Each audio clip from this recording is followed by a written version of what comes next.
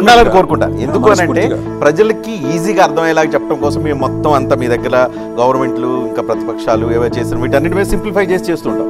రాజకీయ నాయకులు అది చేస్తే ప్రజలకు ఇంకా బాగా అర్థమయ్యావు. రాత్రి నేను రోడ్ షోకి వెళ్ళేటప్పుడు నాతో తలసాని సాయి కిరణ్ యాదవ్, మా శ్రీనివాస్ యాదవ్ గారు అబ్బాయి, ఆ తమ్ముడితో ఇదే మాట ఇదే చెప్పాను. ఏంది ఇది ఊరికే మనం అందరిని ఇబ్బంది పెట్టడం, మనం కూడా అమెరికా స్టైల్లో ఇద్దరు అభ్యర్థులకి పార్టీలకి నేను ట్రై చేస్తున్నాను, రావట్లేదు. చేయండి, దానికి మీరు ఓకే అంటే మీరు రేవంత్ రెడ్డిని పెడదామని ఉంది. అంతకుముందు అది చంద్రబాబు నాయుడు జగన్ పెట్టాలంటే అది అయ్యే అవకాశం లేదు. ఆయన వస్తానంటే మీరు ఎప్పుడు పెడతారో చెప్పండి, నేను వస్తాను.